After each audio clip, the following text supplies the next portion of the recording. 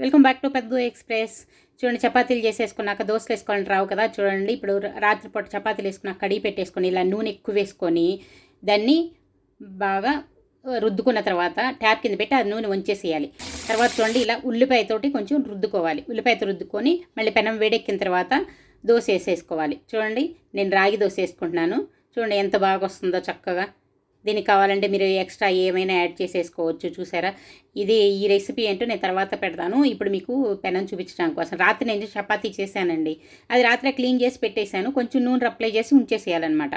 పొద్దున్నే దానికి నూనె ఎక్కువ వేసేసి దాన్ని మళ్ళీ ట్యాప్ కింద పెట్టి నూనె వంచేసుకొని ఉల్లిపాయ రుద్దుకొని ఇలా వేసేసుకుంటే ఇంకా రెండో చపాతీ నుంచి ఇంకా నూనె అసలు రాయక్కర్లేదు. పైన కొంచెం నూనె వేసుకుంటే సరిపోతుంది అనమాట.